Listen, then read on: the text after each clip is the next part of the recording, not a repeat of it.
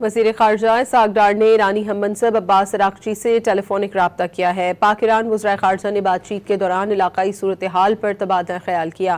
اسحاق ڈار کی خطے میں کشیدگی کم کرنے کی کوششوں کی حمایت کا اعادہ اور مسائل کے حل کے لیے مذاکرات اور سفارتکاری پر زور دیا۔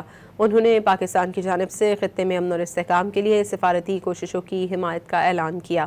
اسحاق ڈار اور عباس اراغچی نے حالیہ صورتحال کے پیش نظر دونوں ممالک کے درمیان قریبی رابطہ برقرار رکھنے کا فیصلہ کیا ہے۔ وزیر خارجہ اسحاق ڈار نے ایرانی ہم منصب عباس اراغچی سے ٹیلی فونک رابطہ کیا ہے۔ پاک ایران وزرائے خارجہ نے بات چیت کے دوران علاقائی صورتحال پر تبادلہ خیال کیا۔ اسحاق ڈار کی خطے میں کشیدگی کم کرنے کی کوششوں کی حمایت کا اعادہ اور مسائل کے حل کے لیے مذاکرات اور سفارتکاری پر زور دیا۔ انہوں نے پاکستان کی جانب سے خطے میں امن اور استحکام کے لیے سفارتی کوششوں کی حمایت کا اعلان کیا۔ اسحاق ڈار اور عباس اراغچی نے حالیہ صورتحال کے پیش نظر دونوں ممالک کے درمیان قریبی رابطہ برقرار رکھنے کا فیصلہ کیا ہے۔